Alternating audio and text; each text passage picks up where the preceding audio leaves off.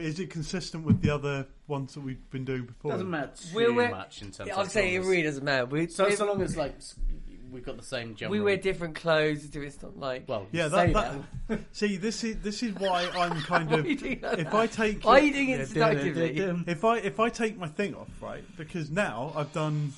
It's like, right, I look like it's not... We've not recorded 3 of these on the bounce.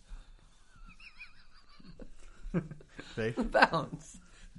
Okay, 3. The difference is your drinks just keep piling up. That's how they actually know.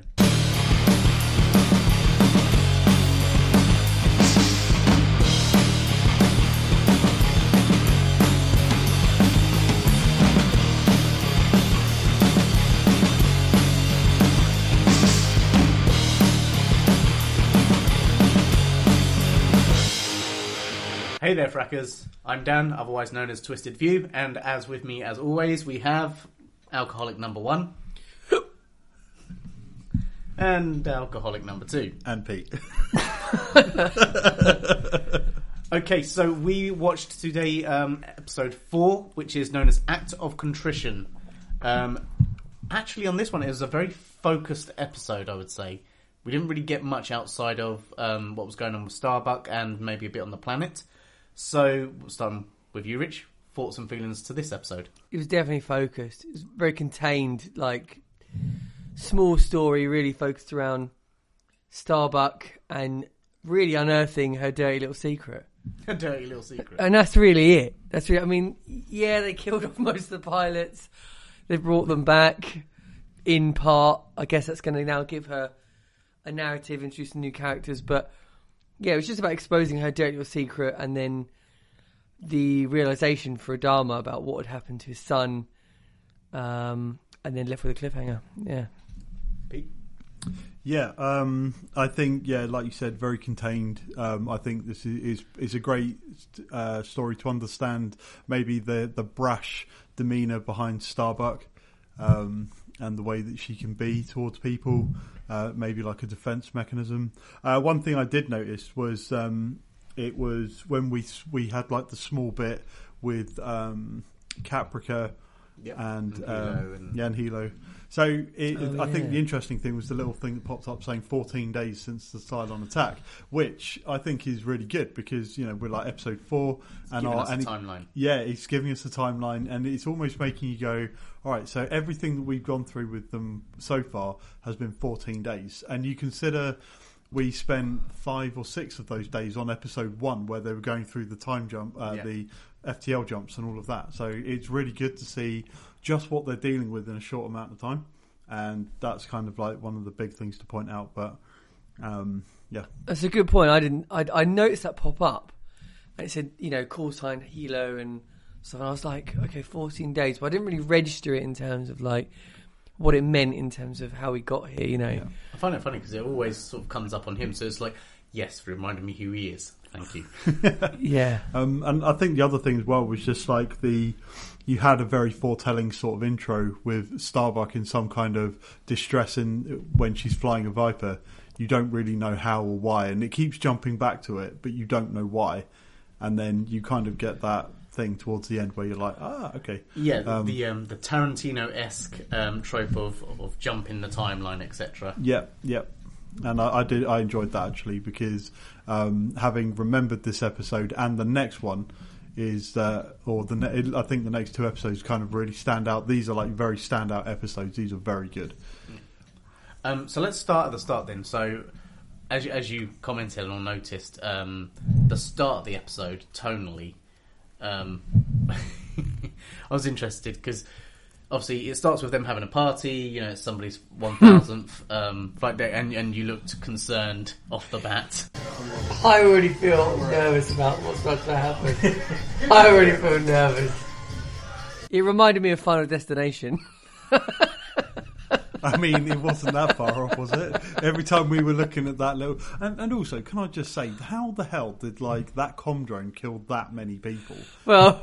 it's a communications drone. It doesn't really imply that it's, loaded, that it's going to blow up a load of people. It looked pretty juicy, though. It looked pretty big, so...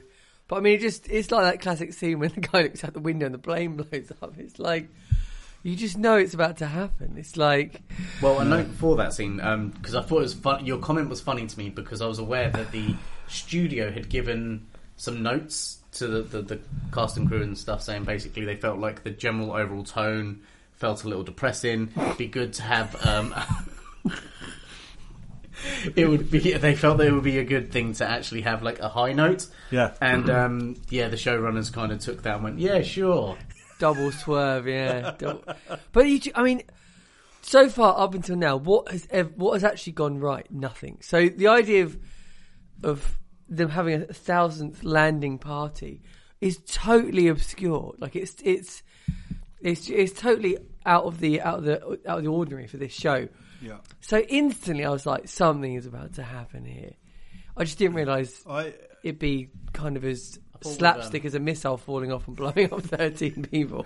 With Apollo and Starbuck painting red over the guy's helmet. I tell you that it hits the floor. Right, that's the bit where I turned to you and went, I don't forget, because paint hitting the floor like blood. I mean, it was just like. Yeah, even the Dharma was just looking at them, going, "Really?" Like he didn't even need to say anything. He was just like, "Really?" At that moment, he wasn't even the character, the actor, going, "Really? Are we doing this?" James Olmos. I would almost put money on it that wasn't intentional. It happened while they were doing it, and I'd be interested if that actually cropped up as this wasn't meant to happen, but it did happen. It just kind of, because even the way he's looking at it, unless he's just going for the comedic silence, which could be a thing, but yeah, I just it was very out of character. I actually thought someone was going to wake up and it was a dream, because Dharma wasn't being a Dharma. He was like a bit too happy, a bit too jovial, and I was like, I think it's sort of like when they're having that conversation, walking to the party, so to speak. And Starbuck is going through regaling them about how he had that incident. Yeah, I feel like this is being, and he's just so completely. I've heard this 100,000 times, and it's been blown out of proportion. Yeah, please don't. Yeah, it threw me off a bit. But I mean, at that point, I was like, right, this doesn't feel right. Something's about to go down. And then obviously the tonal shift and the flip back again after it's taken place, and you get them back in the sort of. I suppose it was the room where they have their briefings. The mess room. Yeah, briefing. And you notice all like half the chairs are empty. Yeah, I mean, it was. Telling. Yeah, I mean, they killed off more people than they had left, didn't they? I mean, like 13 pilots. 13. Well, he said it himself. He had 21 pilots, and 13 of them died. 7 of them were in the hospital. So yeah, it was just about over half of the flight crew. But that thing that you were saying is like, they don't seem to get a break, or something always seems to go wrong. The one thing that I seem to feel about this show so far is that it always feels like we're taking 4 steps back, we're taking 1 forward, and just taking that as a win. Because that's how it feels. It's just sort of like every day it's like, oh crap, back 1, 2, 3, 4. Oh yeah, we celebrate the 1. They take what they can get. That's it. They really make you work for it to sort of like to get that win. Yeah. Which let's jump now, just because you mentioned Hilo, to Hilo, because that was the only other real thing that we saw before we get into Starbuck. Obviously we're seeing what's going on with him and Boomer. What do you actually think the Cylon's plan is? What is it they're doing with him? I don't know, like keeping him employed. I don't know. Sorry, the reason why I was laughing is because you said we get into Starbuck, and I was going to say like Zach got into. He entertains himself. 3 beers and he's getting all smutty. They're big ones though.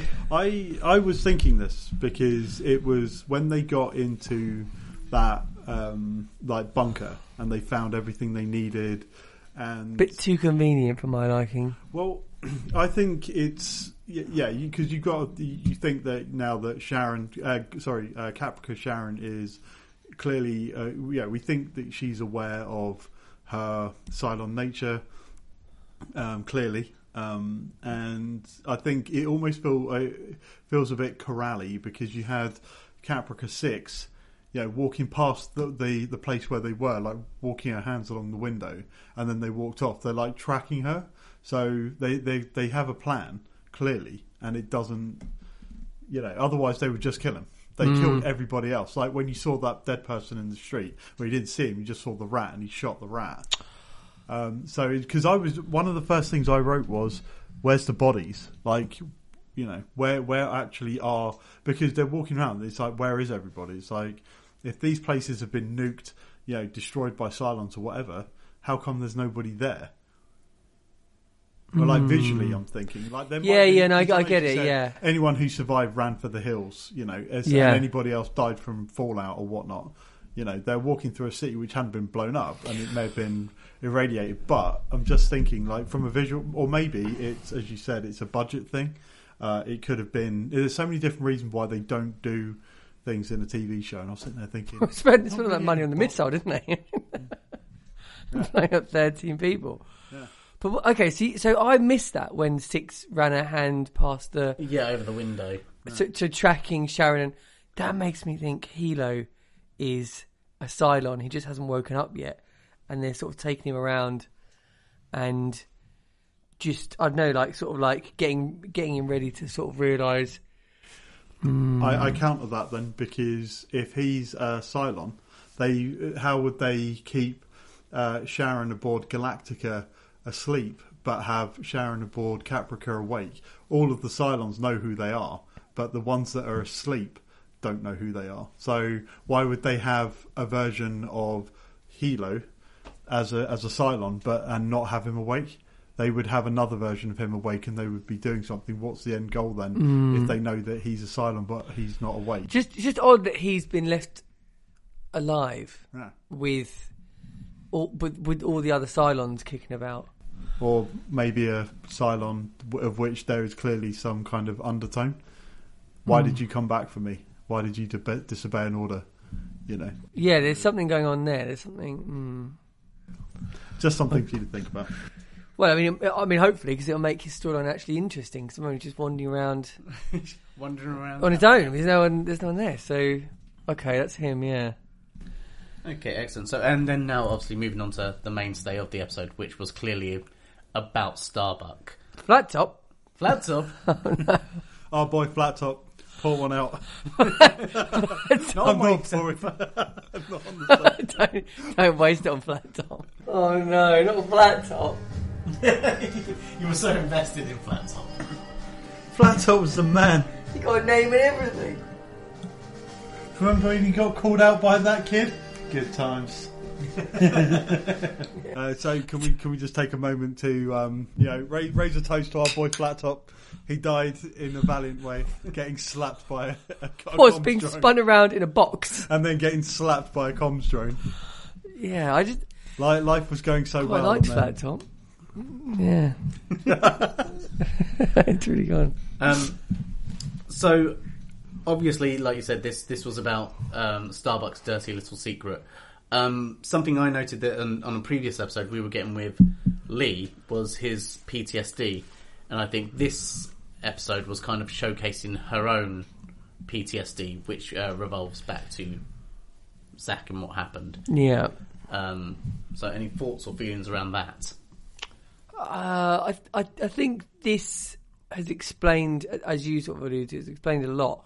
Just give him the attention and the professionalism that you gave my son.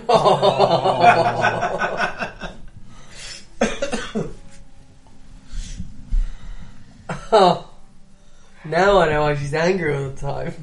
About why she's got a chip on her shoulder, why she's a closed book, why a lot of things rattle her, and she's very particular about people's ability to deliver and quality of flying and this sort of stuff, and she's taskmaster basically. So I thought it would make, I suppose we've already touched on this slightly, but I thought it would make her relationship with Lee a bit more strained. I thought some friction would. I thought maybe they'd fight over whether his dad needs to know or if he should be told. And Lee kind of just let her do it. And I suppose maybe that shows qualities of a leader or something. But he just let Starbuck, make her own choice to tell Adama whether the outcome was going to be good or bad. And of course, it turns out that actually it was catastrophic because Adama is just. He. So you could tell the pain. Yeah, exactly. You could see the pain in his eyes. He just been the revelation was just like, yeah. That was a great line. That was so well delivered. And the thing is, though, like you look at, and even like in his eyes, he was watery but not teary, and is sort of like that goes back to that stoicism, that kind of hardened military type that he portrays. Yeah, and it was just like that. And also, like he also.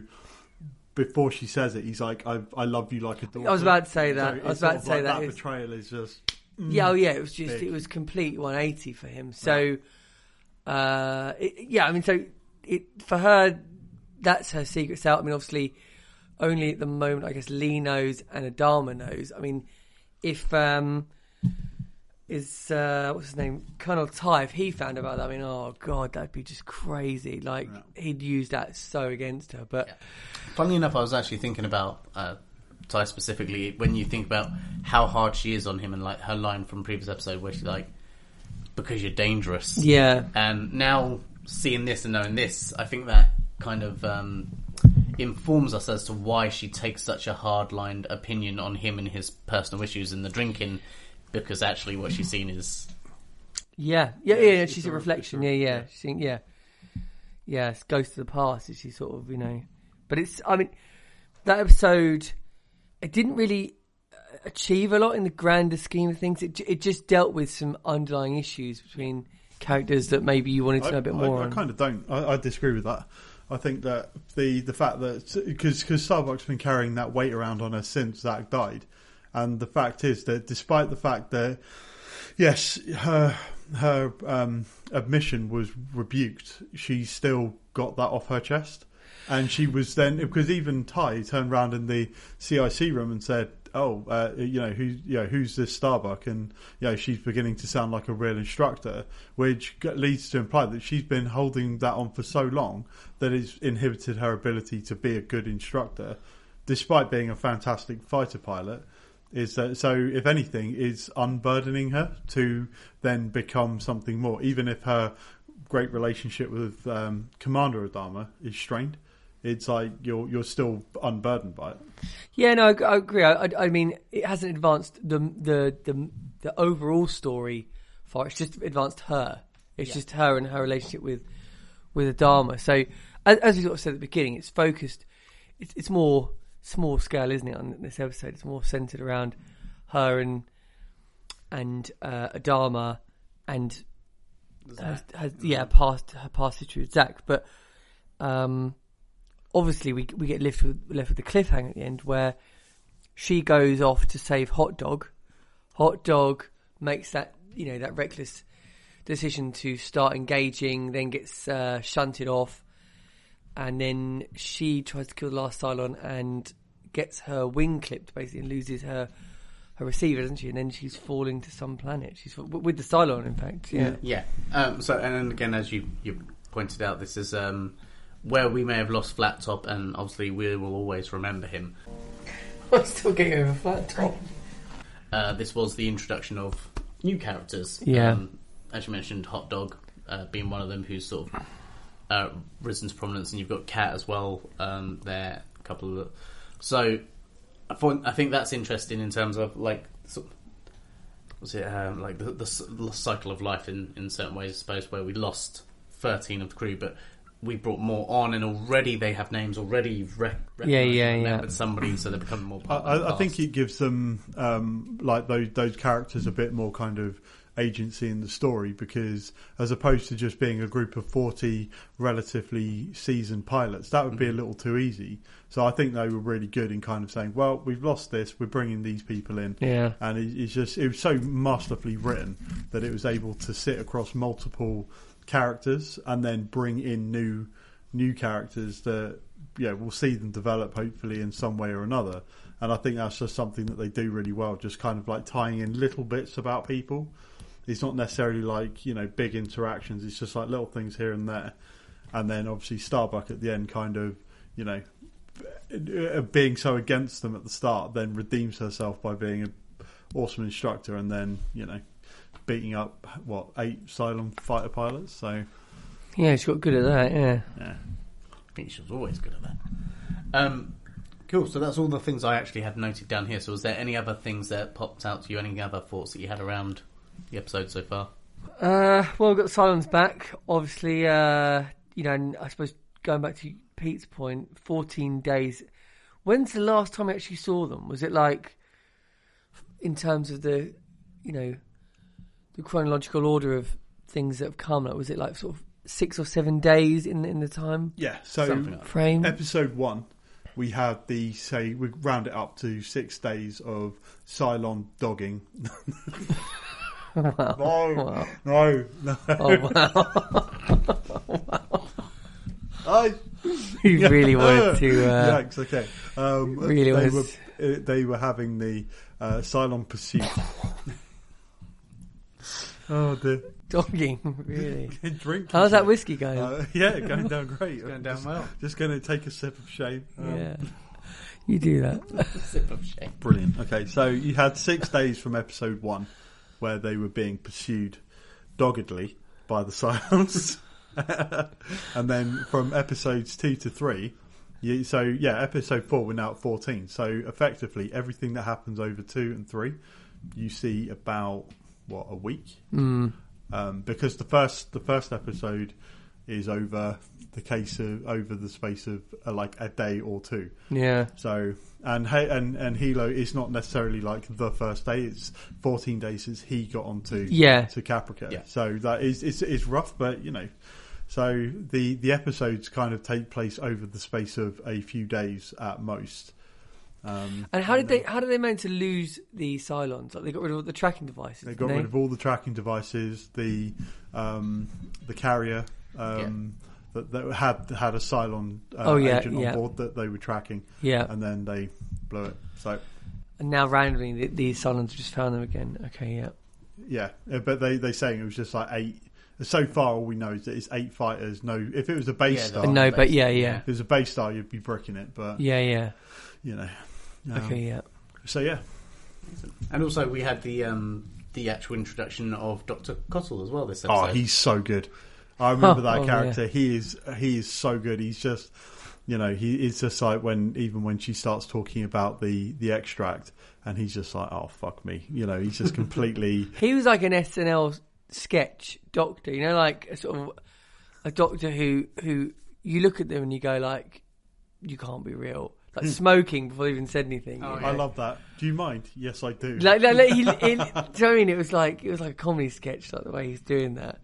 But I guess maybe that gives you an insight into his mentality of like where they're at in terms of the human race and his ability to save them. Only doctors left. But that bleak ending when he's talking to Laura and he just turns around and says, "You might want to consider prayer," though. Just absolutely, she was genuinely scared as well. When exactly. It was just absolutely, you're sitting there going, "Fuck." So yeah, he is a great character though. I even if I don't, from what I remember, the fact that he's a doctor, he's always got a fag in his hand, and he's got no time for BS. Even though he's a major, like that's his military title. Yeah, he's sort of like he just. He doesn't seem to worry about the fact that he's treating the president of the colony. Yeah. He's just like, I'm just going to say it as I think. And, because many of these guys are so old, they're thinking about retirement, and now they're being thrust back into the limelight. Ty. True. Yeah. We talk about Ty and the fact that he's so, he's got personal issues and bitter grievances against other people, probably because he was looking forward to retiring and just getting away from all of that, and then it's like, fuck, I'm now responsible for 50,000 people, or I'm the XO of the Battlestar that's controlling all of that.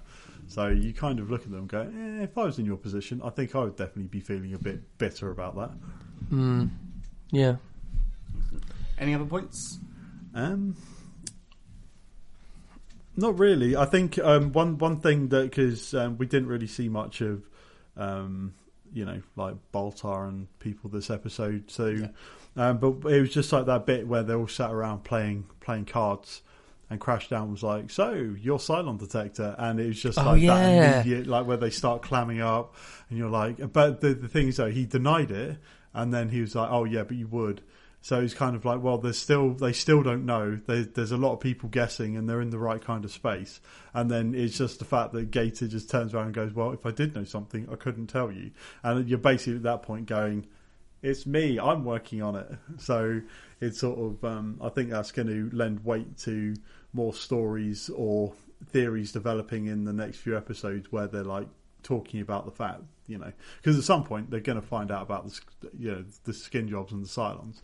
And that's where the paranoia is going to really kind of ramp up. So at the moment, it's all just rumour. So I like the way it's presented, though, in that card game. Like, they're talking about it, and they're all being just candid with each other, and it's like they're just saying what they're thinking, and it gave you a real sense of like, oh, this is what the daily worry is for people on this ship now. They're sort of like the water cooler. Yeah, exactly like that. Yeah, they're sort of questioning, have you heard about this, heard about that, sort of thing. As opposed to seeing it from like a Dharma's point of view, where he's like, I need to tell you something, and it's super secret. And this is more out in the public. As you say, it's like a water cooler sort of lower level. Yeah, like it's sort of like people are saying stuff, and you're wondering who's actually taking it seriously and who's just passing it off as like another and who knows what, another thing. But what I found interesting in that card game, though, is the amount of attention to detail they put into Starbucks, reminiscing of the memory she has with Zach and the touching of the ear and and all that sort of stuff, and just constantly going over how it was really like they really wanted you to make you really just put you in Starbucks' shoes so that you could sort of understand it. For her, she's just reliving it. She's just reliving it over and over. I got to say, I just think it's it's because it's Baltar, you call it the what did you call it, the Mindfuck Palace? What, the Gaius Baltar Mindfuck Palace? I don't think I've ever said that. But when it's Starbuck, it's something completely. She's reminiscing. I just feel like that's a bit. It's similar, but it's similar. But you call in a bit of a yeah, exactly. Like, double standard here between Starbuck and but because we get we're seeing like Starbuck having sexy times, and it's just like, oh yeah, that's all right. No, I'm not saying it's acceptable. I'm just saying it's. The way it was presented was like with Gaius. He's sitting there. It's flashback versus just the fact that it's daydreaming, and I thought that was really good though. I did make the comparisons. I was thinking we might have a moment where she's sitting there touching her ear, and he's sitting there touching his knob, and they're both dreaming. And you've got maybe that's Gator in the middle going, what the hell kind of poker game are we playing? Maybe that's a Cylon trait, Rich. It's the fact that they're both hallucinating and going back to these places. And that's what makes. Well, they're going to wank mode. Yeah. Exactly. They just got that fantasy just dialed in.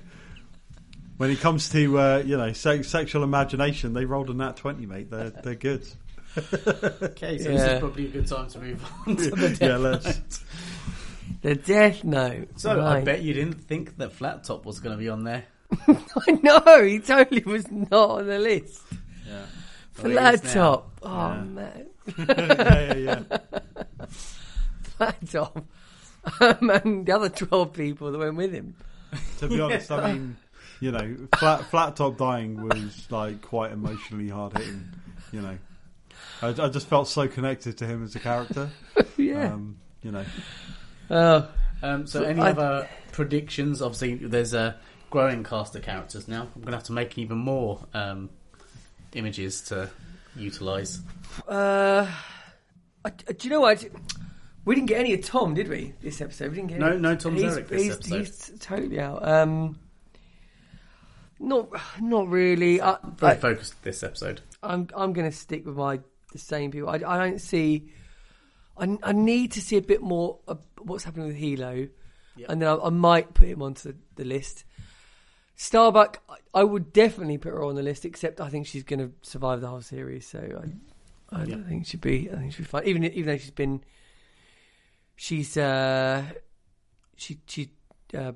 blown out into space and probably going to land on that planet. So I think she'll be fine. And obviously, we've said this before. President Roslin, she's her cards are marked, right? Yeah, and they're playing that I very suppose heavily. my question is whether it's whether she makes it to the end of season 1. Or start putting a pin on it. Yeah, or whether yeah, I mean, I don't know. I don't know. I would usually go in for the Ratto meter, but I'm thinking that maybe guys didn't have enough screen time this episode to. He's a 7 still. He still hasn't really Nothing moved. changes for me. No. You can even say with Lee, it's kind of, I think, because we were saying that he kind of represents he keeps the scale true. Yeah. I think the one, and I may have said this already, but I just loved the fact that when he was having that conversation with the Dharma about his brother and Starbuck, and Commander, Bill is pressing him for information. He just turns around and goes, "Dad," and it's sort of like it's one of the few times where they break that kind of the rank. But he doesn't say Dad. Well, he said that, but he doesn't say it before. Not really. It's kind of is very much like Apollo or Commander. Yeah. There's deferential kind of respect, and they defer to military greetings and hierarchy. But this time he was just like, "Dad, what the hell?" Yeah. Like, I'm not telling you. Stop grilling me. Yeah. I'm not narking on my friend. So even though he brought it up. but I wrote about this. Like, I like the fact that how they broached that, because at first when they had that conversation and he was like, "So she told you?" and he was just like, "Yeah, we've been talking." And then it was just, I even wrote it down. I went, different context of a conversation where you're saying the same thing. Oh, it's that classic. It's that classic. Yeah. Yeah, and then at the end he was they just as I thought. Oh, does she get away with it? And it's further on, because I knew that she told him, but I didn't know when. And then it was then that bit where he got brought back in, and then the penny drops.